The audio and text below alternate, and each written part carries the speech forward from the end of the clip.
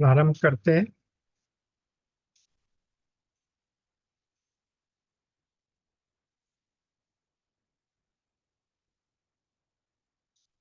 सकल सुमंगलदायक रघुनायक गुणगान सादर सुनई ते तरही भव सिंधु बिना जल जान। बार बार बर मांगहूँ हरषि देव श्री रंग पद सरोज अन पायनी भगति सदा सतसंग। जय श्री राम।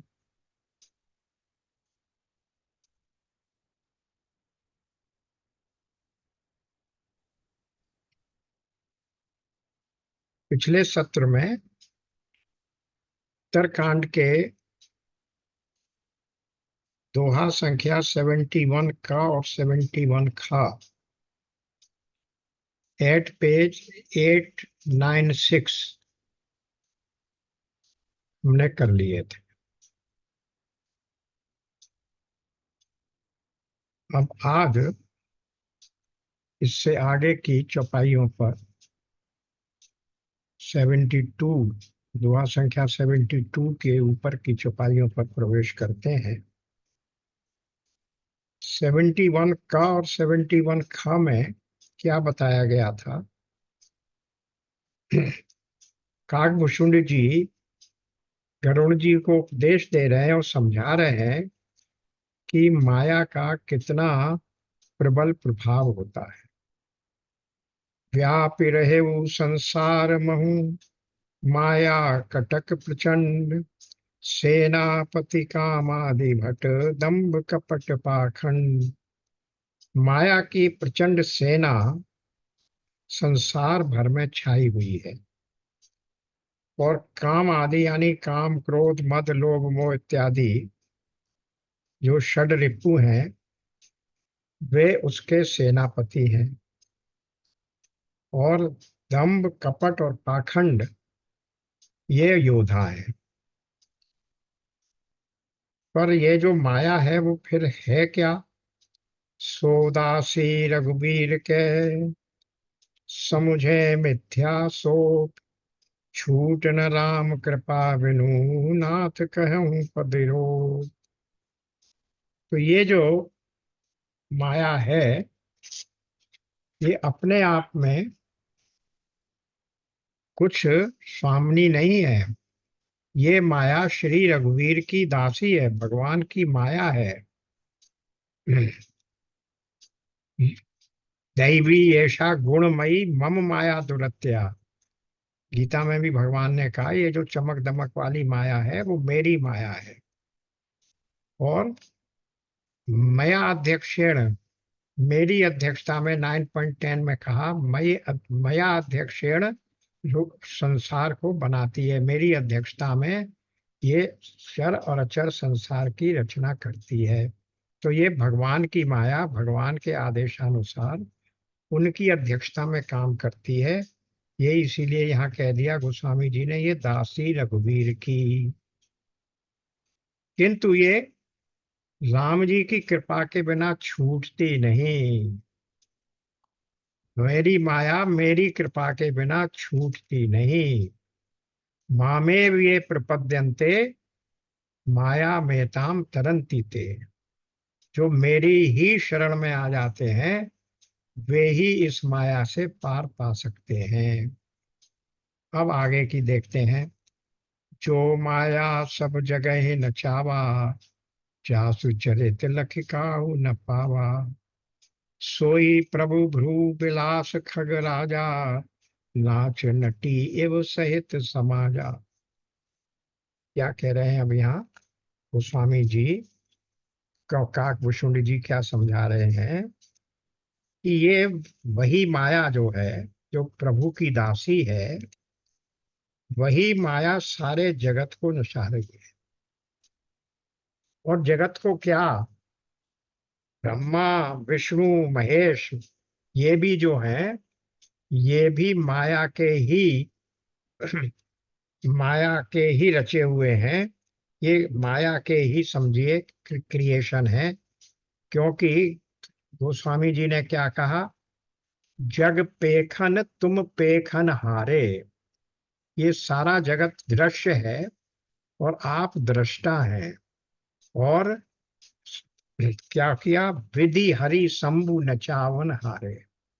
विधि यानी ब्रह्मा, शंभु हरि भगवान विष्णु, और शंभु शिव जी। ब्रह्मा विष्णु और महेश इन तीनों के भी नचावन हारे हैं। इससे ये सिद्ध हुआ कि ये जो ब्रह्मा विष्णु महेश हैं ये भी भगवान की माया की प्रकृति, माया के द्वारा ही रचे हुए हैं, उन्हीं के अधीन हैं। ये अपने आप में देवता तो हैं लेकिन अपने आप में स्वयंभू नहीं है। नारायण या भगवान या जो जिसको हम ब्रह्म या ईश्वर कहते हैं उसी के द्वारा सृजित है। तो ये माया सब जग को नचा रही है। गोस्वामी जी ने तो कह दिया ना, क्या कर दिया? विधि हरि शंभु नचावन हारे। ब्रह्मा विष्णु महेश को भी नचा रही है, जग को क्या। तो इसलिए काकभूषुंडी जी ने ये कहा, ये सारे जग को नचाती है। और ये ऐसे ही नहीं कह दिया, अपने स्वानुभव से, अपने अनुभव से कहा। क्योंकि आगे हम देखेंगे काकभूषुंड जी अपना वर्णन बताएंगे बचपन का, तो वो क्या बताएंगे कि मैं राम जी के पेट में पहुंच गया था सूक्ष्म रूप धारण करके। तो मैंने देखा कि उनके पेट में तो अनेकों ब्रह्मांड हैं और हर ब्रह्मांड में विष्णु महेश हैं, वो भी अनेकों देखे। तो ये जो अलग अलग ब्रह्मांडों में अलग अलग ब्रह्मांड विष्णु दिखाई पड़े, वो सबके हैं। किसके हैं? वो उसी माया के द्वारा, भगवान की माया के द्वारा रचित रचित है। इसलिए ये क्या, कैसी माया है? सो माया सब जगह ही नचा। माया सारे जगत को नचा रही है। जासु चरित लख कहूं नहीं पाया। इसके चरित्र को कोई समझ नहीं पाता है, क्योंकि ये माया का ऐसा कारण है कि वो सब न केवल उनको नचाती है बल्कि उनको मोहित भी कर देती है। पिछली बार बताया था कि शिव जी को भी इसने मोहित किया, ब्रह्मा जी को भी मोहित किया, विष्णु भगवान विष्णु के रूप में देवता विष्णु को भी मोहित किया, सबको मोहित कर देती है। तो ज्यास चरित लखि कहू न पावा। जिसके चरित्र की थाह किसी ने न पाई, लखि न कहू पावा, जिसके चरित्र की थाह किसी ने नहीं पाई। अब सोई प्रभु भू विलास खग राजा, नाच नटी एव सहित समाजा। वही वही प्रभु क्या करते हैं? वही माया प्रभु श्री राम जी की भ्रकुटी के इशारे पर अपने परिवार सहित नटी की तरह नाचती है। क्योंकि पहले ही कह दिया ना, सोदासी रघुवीर की समुझे मिथ्या सो। उसको, माया को मिथ्या समझिए, यद्यपि ये मिथ्या ही है समझने पर, और भगवान की दासी है, इसलिए भगवान इसको नटी की तरह नचाते हैं। सोई प्रभु भ्रू विलास खगराजा, उनकी भ्रकुटी के इशारे पर ये नटी की तरह नाचती है। अब आगे की चौपाई देखिए। नटी के समान नाचती है, यानी भगवान भी नट की तरह इस खेल रच रहे हैं। और खेल प्रपंच, ये जो संसार है, ये सारा संसार भगवान का, भगवान के नट, भगवान नट रूप में संसार को रच रहे हैं, माया के द्वारा रच रहे हैं। और ये माया फिर वहां खेल कर रही है, नटी की भांति खेल कर रही है। अब आगे देखते हैं। सोई सच्चिदानंद घन रामा, विज्ञान रूप बल धामा। और वो जो राम जी हैं जिनकी ये दासी है, जिसको भगवान नटी की तरह नचा रहे हैं और इस सारे प्रपंच को नट की तरह दिखा रहे हैं, वो भगवान कैसे हैं? वही सच्चिदानंद घन रामा। वो भगवान, वो राम सच्चिदानंद घन है, वो साधारण राम दशरथ कुमार राम नहीं है, वो सत्य चित आनंद स्वरूप है। अब ये जो घन शब्द लगाया जाता है बार बार, हम लोग यही कहते हैं, गीता में भी कहते थे, सत्या सत्य चित आनंद घन स्वरूप। तो सत्य चित आनंद का तो अर्थ जानते हैं, सत जिसका कभी अभाव न हो, जैसे ना सतो विद्यते भावो ना भावो विद्यते सतः, वो तो हो गया सत, सत का कभी अभाव नहीं, और असत की कभी सत्ता नहीं, तो वो तो सत हो गया। फिर चित्त, चित्त क्या है? चित्त का अर्थ है चैतन्यता और ज्ञान। तो वो जो ब्रह्म या जो ईश्वर है, जिसको जिसका अवतार के रूप में राम आए हैं, वो कैसा है? वो ज्ञान स्वरूप भी है और चेतन स्वरूप भी है, चेतन है और ज्ञान स्वरूप है। और तीसरा फिर आनंद, सत चित आनंद, आनंद स्वरूप भी है।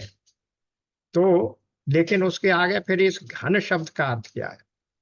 घन शब्द का अर्थ ये है कि इस सत में असत असत नहीं, चित में अचित नहीं, और आनंद में दुख नहीं।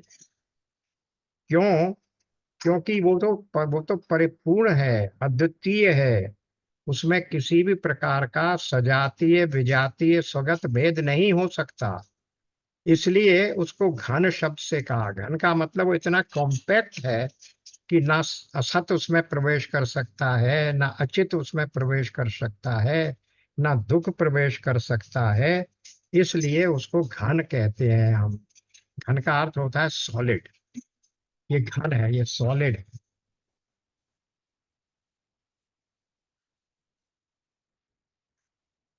हाँ बेटा, क्लास चल रही है। हाँ बेटा, क्लास चल रही है अभी, घंटे भर बाद। हाँ जी। तो तीनों प्रकार के भेद उसमें नहीं जा सकते, इसलिए स्वगत हमने गीता में देख लिया था। जब हम समझा रहे थे गीता को, 13 चैप्टर को, तब वहां उदाहरण दे के भी देखा था कि सजातीय विजातीय स्वगत, तीन प्रकार के भेद होते हैं। उनमें से कोई भी भेद भगवान में इस सतचित आनंद स्वरूप में नहीं है, इसीलिए इसको आनंद घन, सच्चिदानंद घन कहते हैं।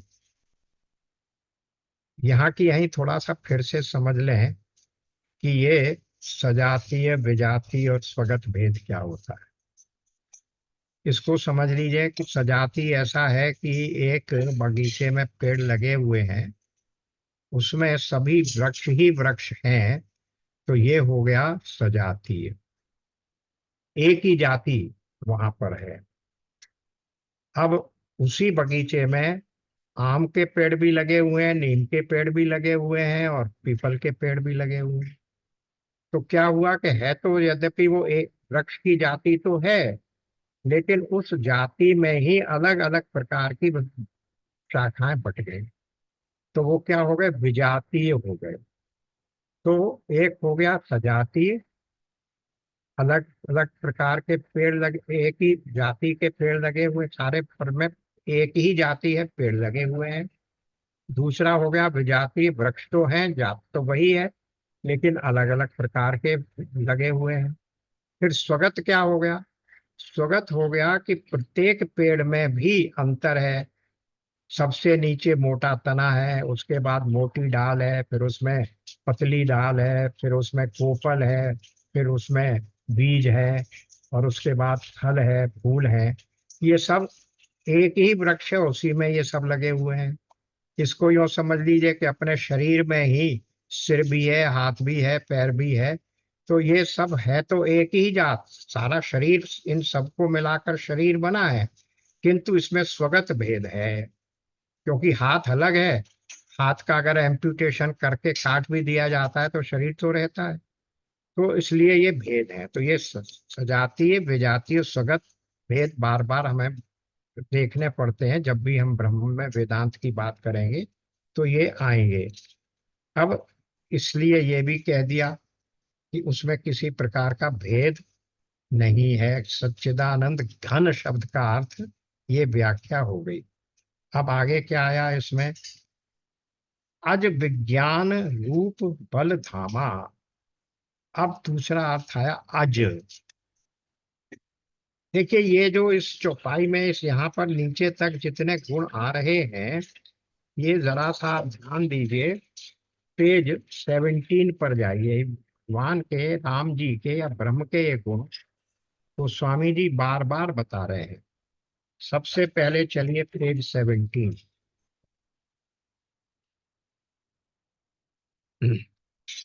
एक अद्वितीय अनीह, जिसमें कोई इच्छा नहीं है, कोई कार्य नहीं है। अरूप अनामा। फिर अज, जो यहाँ पर कहा अज वही वहां कह रहे हैं अज।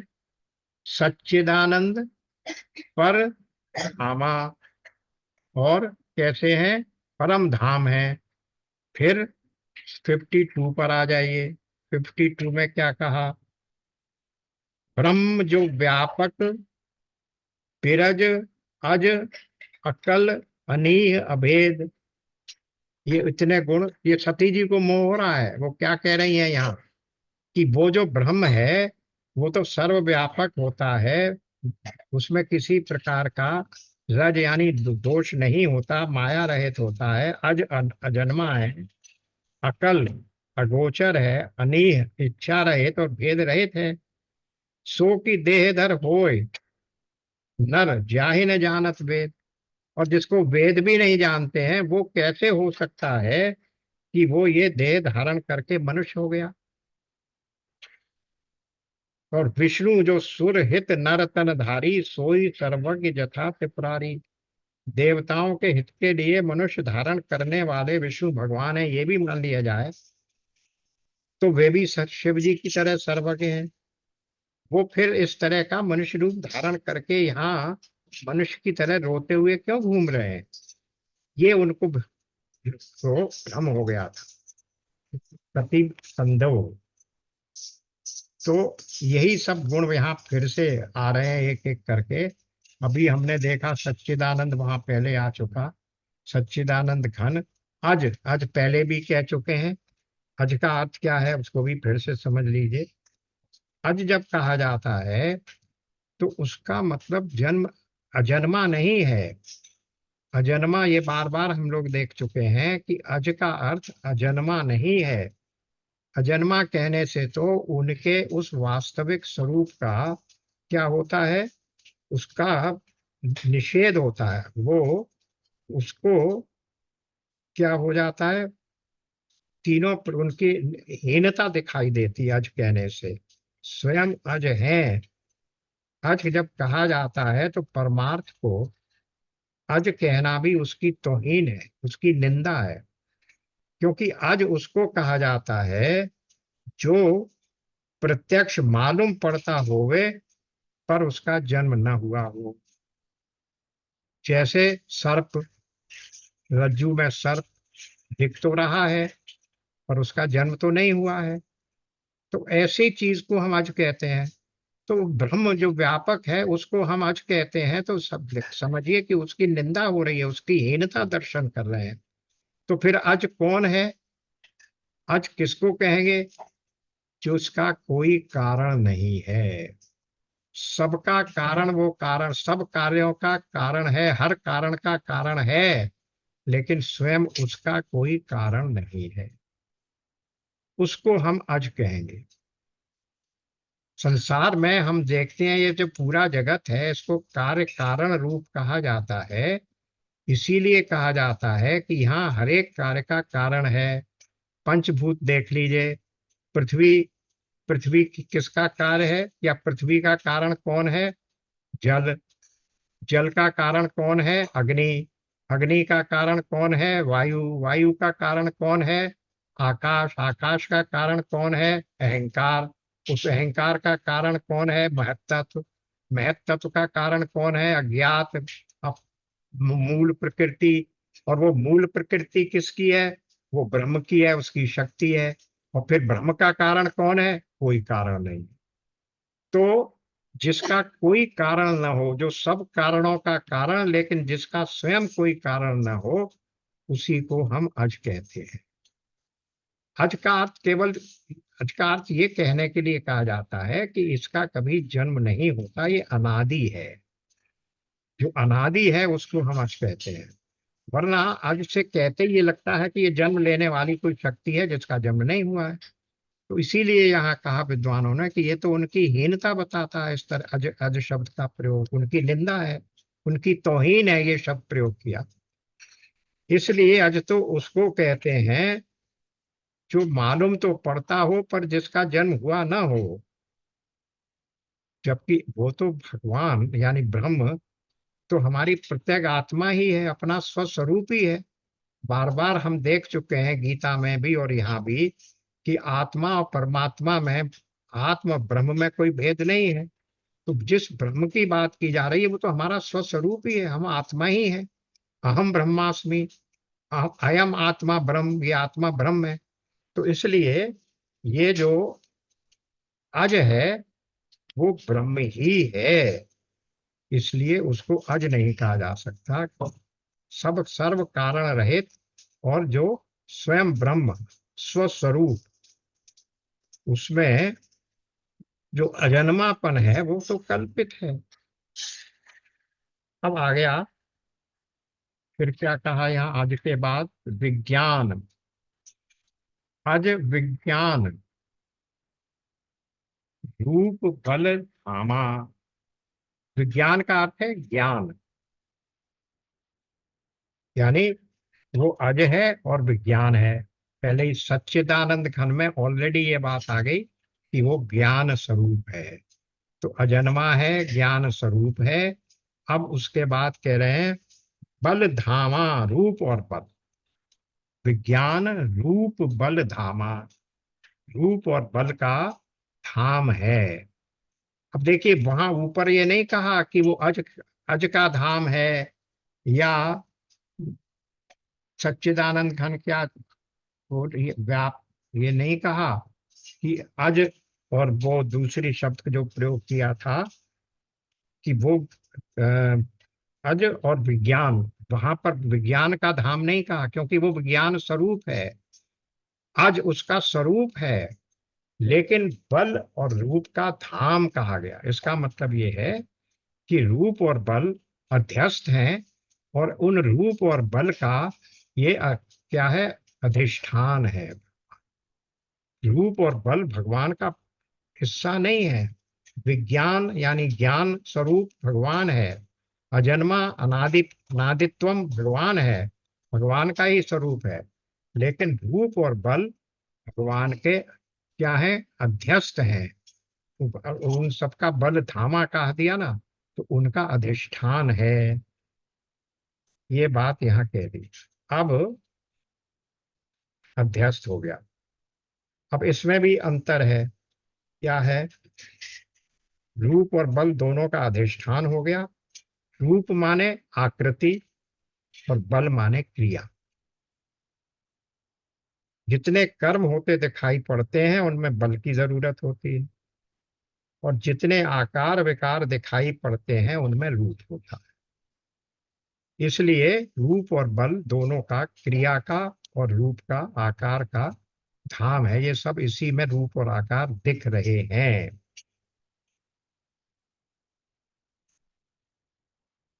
पिछले सप्ताह जब हम लोग मुंडक उपनिषद कर रहे थे तो वहां भी यही बात आई थी कि ये जितने रूप और आकार और नाम दिख रहे हैं वो कहाँ दिख रहे हैं, उसी ब्रह्म के अंतर्गत ही दिख रहे हैं, उसके बाहर कुछ नहीं है।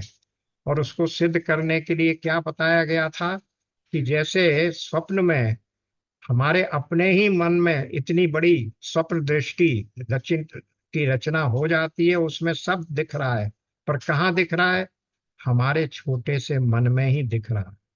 तो इसी प्रकार उस पर ब्रह्म में ये सारा जगत इसी प्रकार दिख रहा है जैसे हमारे अपने मन में स्वप्नावस्था में हमारी अपनी स्वप्न दृष्टि दिखती है। तो इसीलिए वो कह रहे हैं कि ये रूप और बल इत्यादि इन्हीं के अधिष्ठान है, इसी में दिखते रहते हैं। वो वहां पर रूप और बल का धाम है, उसका अधिष्ठान है, उन्हीं में है ये सब। अब फिर आ गया, नेक्स्ट चौपाई आ गई। व्यापक व्याप्त अखंड अनंता, अखिल अमोघ शक्ति भगवंता। व्यापक और व्याप्त। व्यापक कौन है? वो ब्रह्म, वो भगवान। ईशावास्य उपनिषद हम लोग कर चुके हैं। व्यापक क्या है? सारे संसार को इस ईश्वर से व्याप्त कर दो, आच्छादित कर दो। तो ये ईश्वर सारे संसार में व्याप्त है। तो वही भगवान, यदि वो ब्रह्म है जो गोसाई जी कह रहे हैं, तो वो सब जगह व्याप्त है, व्यापक है। और व्याप्त किसमें है? अब जब व्यापक है तो किसी में व्याप्त होना चाहिए। किसमें व्याप्त है, स्थिति होनी चाहिए। तो वो कह रहे हैं व्याप्त, इस जगत में वो व्याप्त है। तो जगत व्याप्त है और भगवान व्यापक है, ये बात बताई जा रही है। इसका उदाहरण जो विद्वान देते हैं, वो लोहे के गोले का उदाहरण हम बार बार गीता में भी दे चुके हैं कि एक लोहे को अग्नि में डाल दीजिए, लोहे के टुकड़े को, किसी भी आकार का टुकड़ा हो, तो अग्नि उस पूरे लोहे में व्याप्त हो जाती है। और उसमें वही गुण आ जाते हैं जो अग्नि के हैं, दाहकता और प्रकाश दोनों देता है वो। तो अग्नि क्या है? अग्नि है व्यापक, व्याप्त है। और वो लोहा क्या है? वो व्याप्त, जिसमें व्याप्त हुई है। तो इसलिए इस प्रकार से ये सब भगवान की, ये जो सारा जगत है, वो सारा जगत भी व्याप्त व्याप्य ही है। और वो जगत क्या है? वही पंचभूतादि निर्मित जगत है। इसलिए हर चीज में भगवान व्याप्त है, ये बात यहाँ कह दी गई। अब आगे फिर क्या है? व्यापक व्याप्त अखंड अनंता, अखंड परिच्छेद रहित, जिसको किसी भी प्रकार से हम उसको बाधित नहीं कर सकते। अखंड और अनंत का अंतर थोड़ा सा समझिए। अखंड तो है, हम उसे खंड खंड नहीं कर सकते, उसके अंश नहीं हो सकते। अब आप कहेंगे कि ऐसा कैसे है? 7.7 में तो भगवान ने, 7.15 में तो कहा ईश्वर अंश जीव अविनाशी, ईश्वर का अंश बता दिया आपने। यहाँ कह रहे हो कि उसके खंड नहीं हो सकते। तो वहां हम लोग समझा चुके हैं कि वो खंड इस सेंस में नहीं कहा गया है ईश्वर अंश। किस सेंस में कहा गया है? जैसे घड़े के अंदर जो आकाश है, वो प्रतीत होता है कि वो मठाकाश है, वो क्या है? घटाकाश है। कमरे के अंदर जो आकाश है वो प्रतीत होता है वो मठाकाश है। घड़ा फोड़ दीजिए तो वो आकाश कहाँ गया? आप कहेंगे आकाश में मिल गया। नहीं, वो आकाश ही वही था। उस घड़े की जो सीमा के रूप में जो उपाधि थी वो समाप्त हो गई, पर आकाश के खंड नहीं हुए थे। वो खंडित आकाश उस महाकाश में नहीं मिला। आकाश वही था, पर घड़े की सीमा से या मकान की सीमा से वो मठाकाश है, घटाकाश दिख रहा था, इसलिए कहा जा रहा था। परंतु वो महाकाश अखंड था। इसी प्रकार ये भगवान जब अपने आप को इस रूप में अभिव्यक्त करता है, तो रहता अखंड ही है। अलग अलग हिस्से हमें दिखते हैं, पर वो भगवान अखंड है। जैसे घटाकाश और मठाकाश दिख रहे हैं, पर फिर भी महाकाश अखंड है। इसी तरह संसार में इतने नाम रूप और आकार दिख रहे हैं, पर वो भगवान स्वयं अखंड है। तो अब इसके आगे फिर देखते हैं क्या किया। अखंड अनंता। अनंत का एक अर्थ तो हम ये जानते हैं कि जो चीज अनादि है वो अनंत है। यानी भगवान के लिए हमने देखा था कि 6 वस्तुएं वेदांत में अनंत अनादि बताई गई है, जिसमें ब्रह्म है, जीव है, जगत है, ये सब बताया गया है। अनादि, सॉरी, अविद्या। ब्रह्म, जीव, अविद्या, ये 3 मुख्य रूप से है अनादि। तो लेकिन ये अनंत नहीं है। अविद्या भी बाद हो सकता है, जीव भी ज्ञान आने के बाद उस जीव का बाद हो जाता है, वो अपने ब्रह्म स्वरूप में प्रतिष्ठित हो जाता है। तो बाकी 5 वस्तुएं जो अनादि हैं, वो सब शांत हैं, अंत वाली हैं। केवल ब्रह्म ऐसा है, एक ईश्वर ऐसा है जो अनादि भी है और अनंत भी है। अब इस अनंत का मतलब क्या है? भाई जब एक बार आपने ये कह दिया कि सर्वव्यापक है, तो फिर तो अनंत तो हो ही गया। फिर इस अनंत शब्द का अलग से अर्थ क्यों लगाते हैं? तो इसलिए लगाते हैं कि there is a subtle difference. एक एक शब्द में अंतर है, सूक्ष्म अंतर है। अनंत का अर्थ वहां पर है जिसका बाध नहीं किया जा सकता। यानी बाकी सब चीजों को, जो बाकी पांच वस्तुएं हैं उनको, जैसे अविद्या को, अब विद्या के द्वारा बाध हो जाता है। जीव का भी ज्ञान के द्वारा बाध हो जाता है, क्योंकि वो फिर अपने ब्रह्म स्वरूप में आ जाता है। जीव और ईश्वर का, ब्रह्म का जो संबंध है, उसको भी जब हम अपने आप को समझ लेते हैं तो सबका बाध हो जाता है। लेकिन ब्रह्म का बाध नहीं होता, इसलिए वो अनंत है। कैसे? देखिए, यानी अबाध्य है, उसका अबाधित है। ज्ञान आने पर तत्व ज्ञान के द्वारा और सारे बाकी पांच तत्व का बाध हो जाता है, लेकिन ज्ञान आने पर भी ब्रह्म का बाध नहीं होता। तो अनंत का अर्थ समझ लीजिए। अनंत का अर्थ हो गया यानी अबाध्य है, तत्व ज्ञान के द्वारा भी उसका अंत नहीं हो। अविद्या से और माया से रचित जितनी भी वस्तुएं हैं, तत्व ज्ञान होने पर उन सब का बाध हो जाता है। लेकिन ब्रह्म का तत्व ज्ञान होने पर भी ब्रह्म का बाध नहीं होता, इसलिए उसे अनादि भी कहा, क्योंकि अज शब्द कह दिया जिसका वास्तविक अर्थ है अनादि। और फिर अनंत भी कहा, क्योंकि तत्व ज्ञान होने पर भी उसका बाध नहीं होता। ब्रह्म विद्या के द्वारा भी उसका बाध नहीं होता। तो फिर ब्रह्म विद्या से क्या होता है? ब्रह्म विद्या से केवल जो हमारे तीन दोष है ना, मल, विक्षेप और आवरण। तो मल विक्षेप तो, मल काहे से दूर हो जाते हैं? तो मल दूर हो जाते हैं, जो हमारे षड ऋतु वाले मल हमारे अंतःकरण में समाये हुए हैं, वो निष्काम कर्म योग से दूर हो जाते हैं। राग द्वेष वहां नहीं रहता तो वो मल नहीं होता। फिर विक्षेप, मन की चंचलता, वो काहे से दूर हो जाती है? स्वाध्याय से, जप से, भगवान की लीलाओं का अध्ययन करने से। स्वाध्याय मतलब ग्रंथों का अध्ययन, और स्व का अध्ययन करने से वो हमारी मन की जो चंचलता है, विक्षेप गुण है, वो समाप्त हो जाता है। केवल आवरण रह जाता है। वो आवरण काहे से दूर होता है? वो ब्रह्म विद्या से दूर होता है, उपनिषद इत्यादि से। इसलिए ब्रह्म विद्या से आवरण दूर होता है, ब्रह्म का बाध नहीं होता। आवरण का बाध होता है।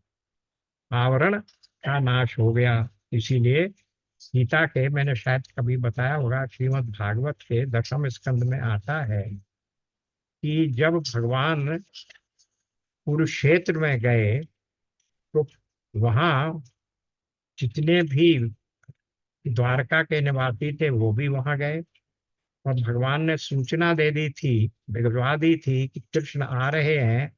इसलिए पूरा ब्रज, सभी गोपियां, यशोदा माता, नंद बाबा सब वहां पहुंच गए।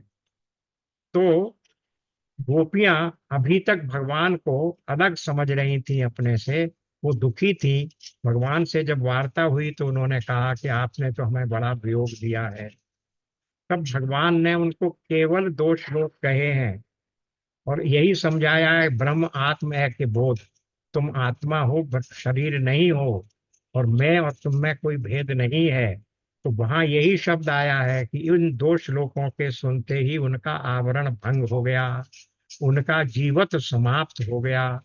तो ये आवरण काहे से भंग होता है? ब्रह्म विद्या से। इसलिए वो कहा उन्होंने, ब्रह्म स्वरूप है।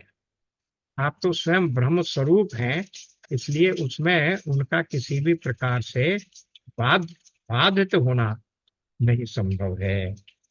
अब तीसरी बात आ गई, अखिल अमोघ शक्ति भगवंता।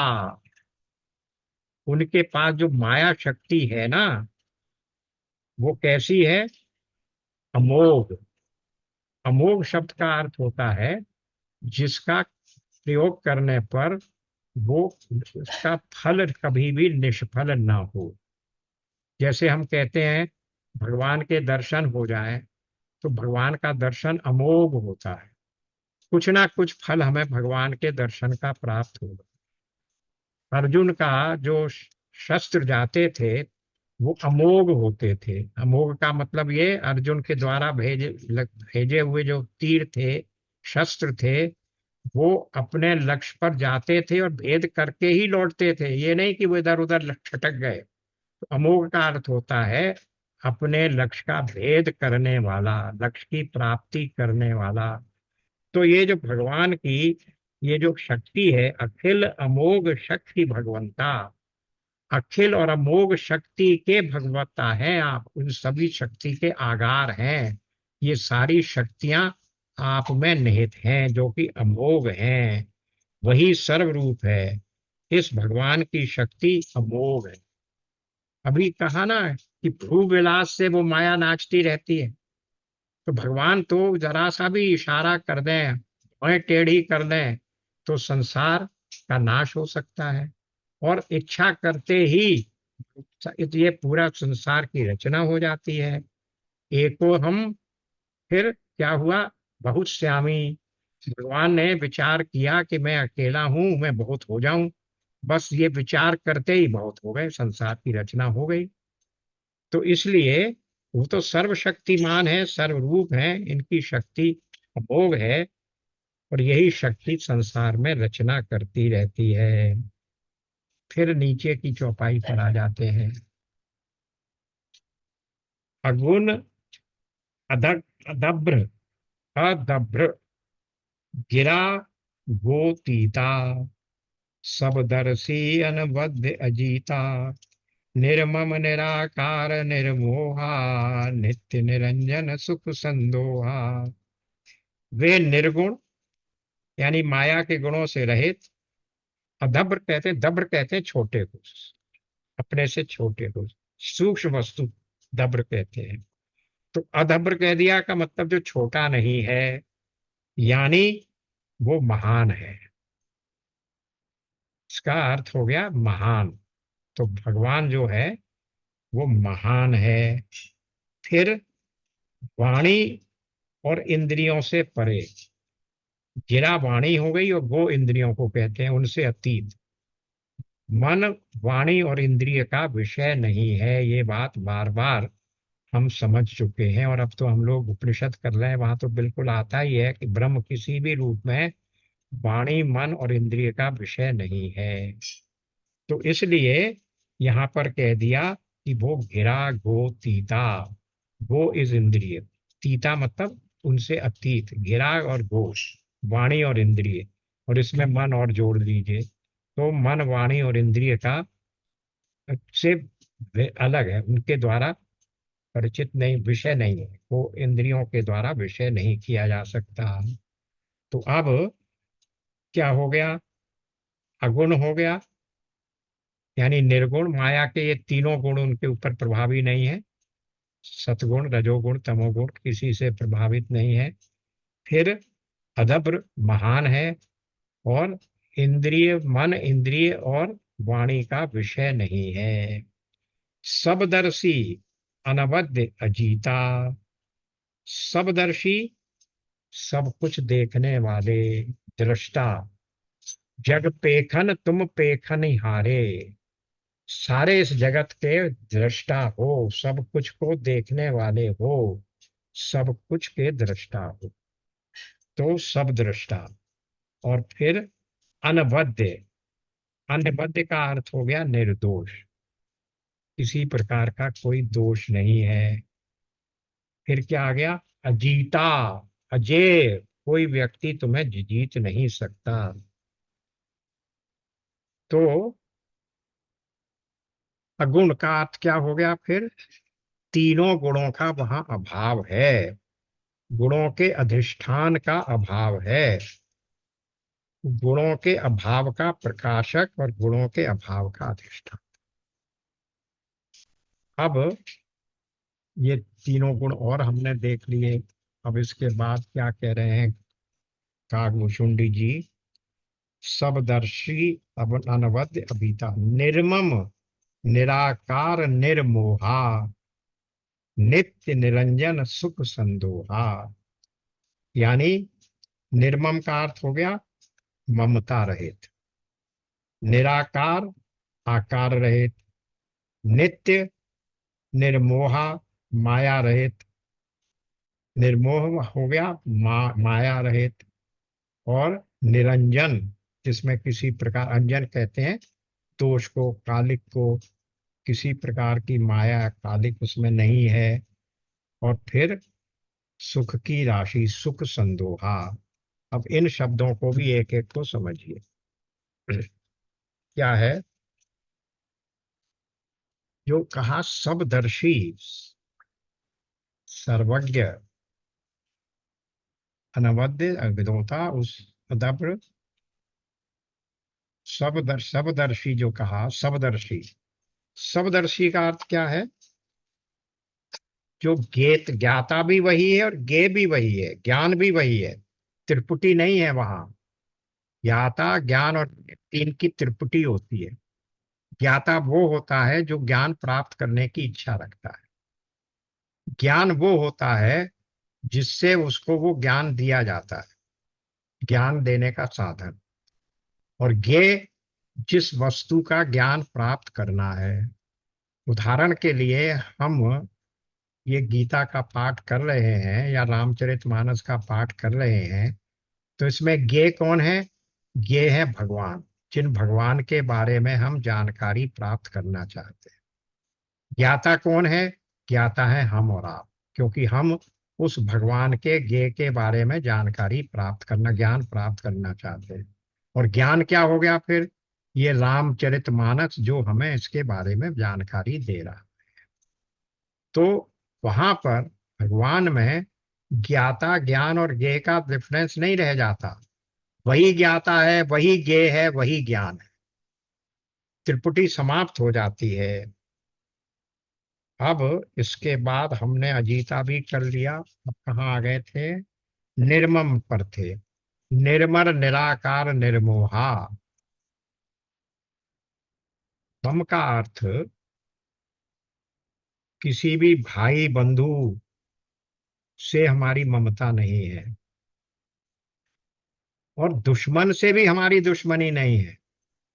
निर्मम का मतलब केवल यही नहीं है कि हमसे हमारी ममता किसी से नहीं है, दुश्मन से भी दुश्मनी नहीं है, सबके प्रति उदासीन है। परमात्मा ऐसा है जिसका कोई किसी भी प्रकार से, जिसको किसी के प्रति कोई ना ममता है और ना द्वेष है, ना राग है ना द्वेष है। यानी वही बात फिर आ गई, न सजाति भेद है न विजातीय भेद है।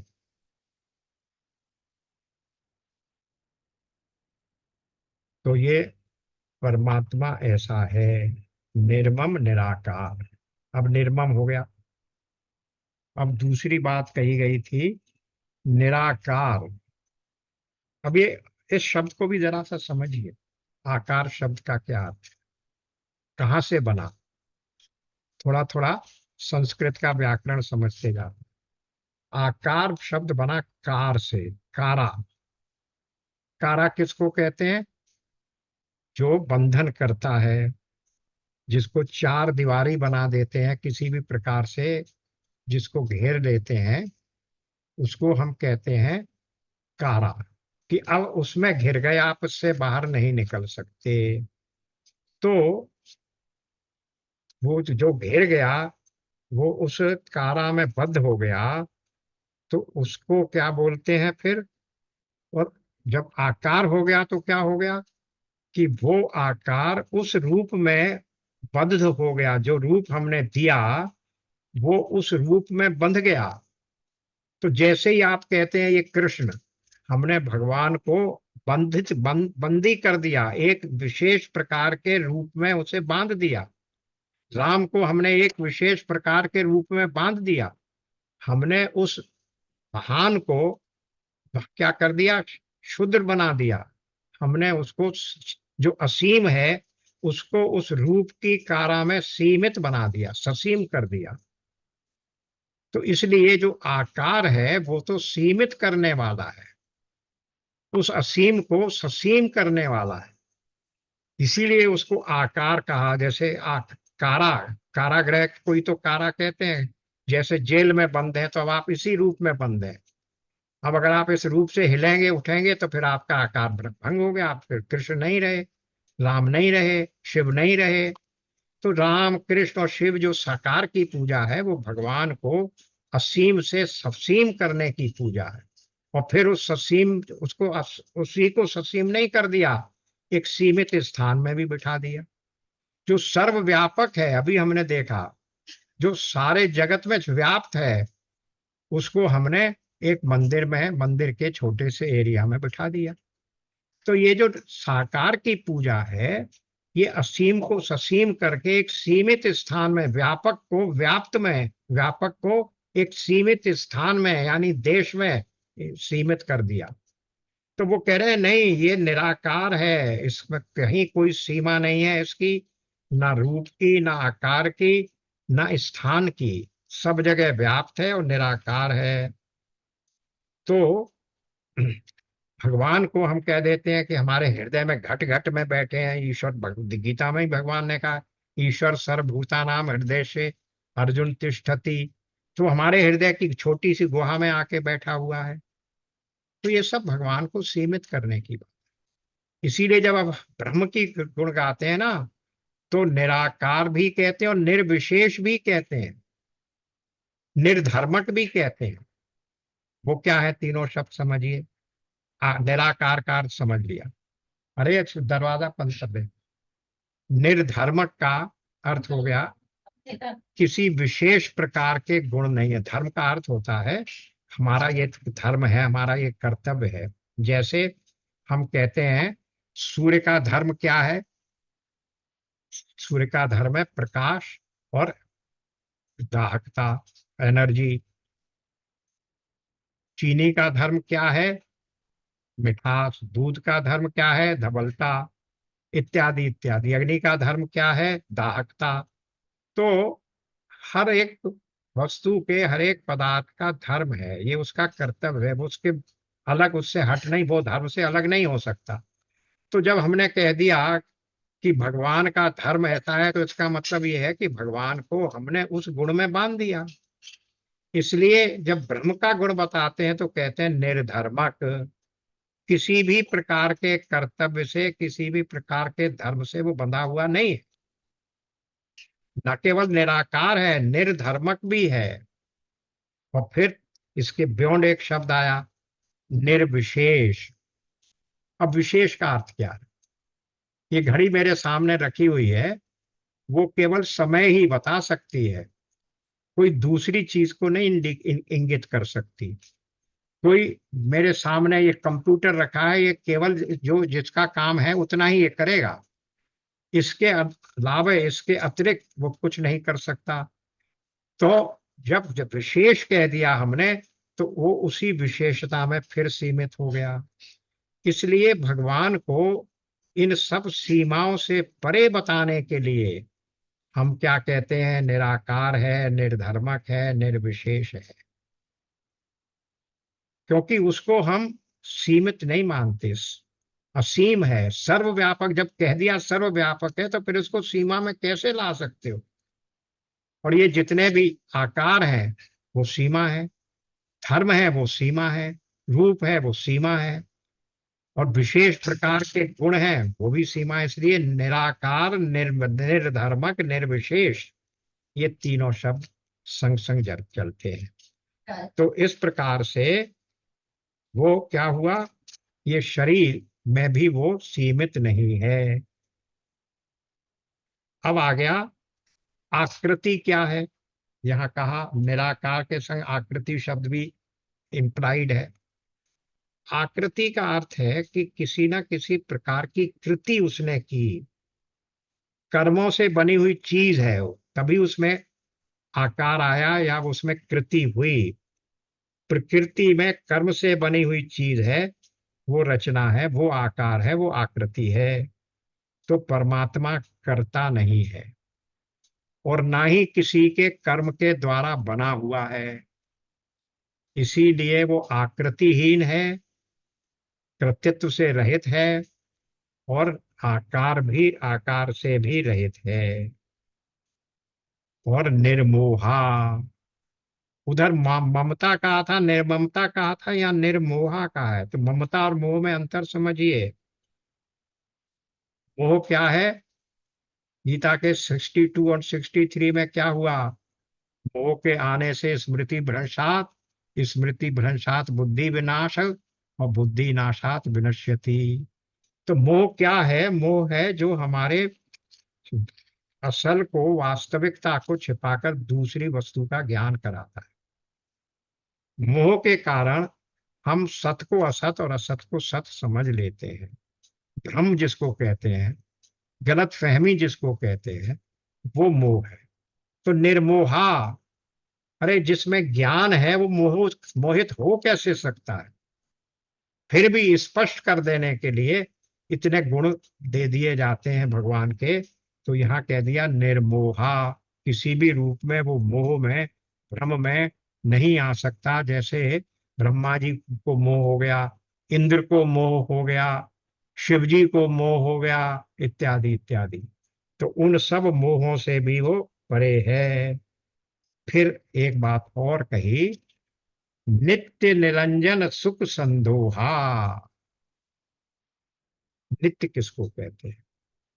ना सतो विद्यते भावो, ना भावो विद्यते सता। नित्य वो है जिसका कभी अभाव नहीं है, तीनों कालों में जिसका अभाव नहीं है, वो नित्य है। तो नित्य वो हो गया। और निरंजन, अंजन, अंजन हम कहते हैं आंखों में अंजन लगाते हैं। तो अंजन क्या है? काले रंग का है। अंजन का अर्थ होता है कालिक, दोष। तो वो निरंजन का अर्थ है वो सभी प्रकार के दोषों से रहित है। अब इसको जब व्यापक अर्थ दिया गया शास्त्रों में, तो इस अंजन को माया का स्वरूप बता दिया।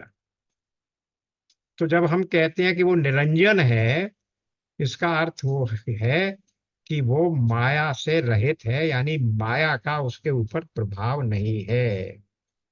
जैसे अंजन आंख में लगाते हैं तो आंख में कुछ ना कुछ कालापन आ जाता है, तो मैल को भी अंजन बोलते हैं। तो निरंजन के दोनों अर्थ हो गए, एक होगा माया रहित, और दूसरा मैल रहित। किसी भी प्रकार का उसमें मलिनता नहीं है, मैल नहीं है, दोष नहीं है। तो जब ये इतने सब चीजें आ गए, तो फिर क्या रह गया? सुख का भंडार ही है वो केवल। सुख संदोहा, संदोह कहते हैं, संदोह कहते हैं सागर को, बहुत बड़े रिजर्वायर को। तो वो सुख का सागर है, दूसरी कोई चीज उसमें है ही नहीं, सुख ही सुख है। इसीलिए तो कहा गया आनंद, सत चित आनंद। और आनंद क्या है? जो सदा ही रहता है, तीनों कालों में है, जिसमें कभी भी किसी में किसी भी रूप में, जिसमें अंतर नहीं पड़ता, कोई व्यवधान नहीं आता। और आनंद का कोई विपरीत शब्द भी नहीं है, विलोम शब्द भी नहीं है। तो वही आनंद का सागर है वो, आनंद सागर। उसकी एक किरण भी प्राप्त हो जाए तो वह मनुष्य आनंद के सागर में डूब जाता है। इसलिए वो राशि राशि सुख है, अनेक राशि, मतलब एकदम भरपूर सुख। संदोह का अर्थ ये हो गया, सुख है। अब एक पंक्ति रह गई है, उसे पूरी कर लेते हैं, नहीं तो कल भी कर लेंगे। सुख की राशि है, चलिए इसे कल ही करें, क्योंकि फिर उसके साथ दोहा भी है। आज समय पूरा हो रहा है। ओम पूर्णमदः पूर्णमिदं पूर्णात् पूर्णमुदच्यते, पूर्णस्य पूर्णमादाय पूर्णमेवावशिष्यते। ओम शांति शांति शांति। नारायण नारायण। राधे राधे। जय श्री राम। नारायण नमस्कार। नारायण। नमस्कार। जय श्री राम, जय श्री राम, जय श्री राम। जय श्री राम। जय श्री राम।